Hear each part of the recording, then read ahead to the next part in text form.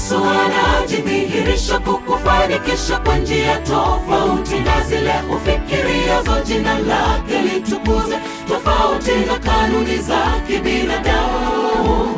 Ili Bwana atuvushe, tupasa kutoa mipaka, kwa sababu njia zake ni tofauti na si sawa na za kwetu. Anachohitaji ni utii. Yesu anajidhihirisha kukufanikisha kwa njia tofauti na zile ufikiriazo. Jina lake litukuze, tofauti na kanuni za kibinadamu. Ili Bwana atuvushe, tupasa kutoa mipaka, kwa sababu njia zake ni tofauti na si sawa na za kwetu. Anachohitaji ni utii.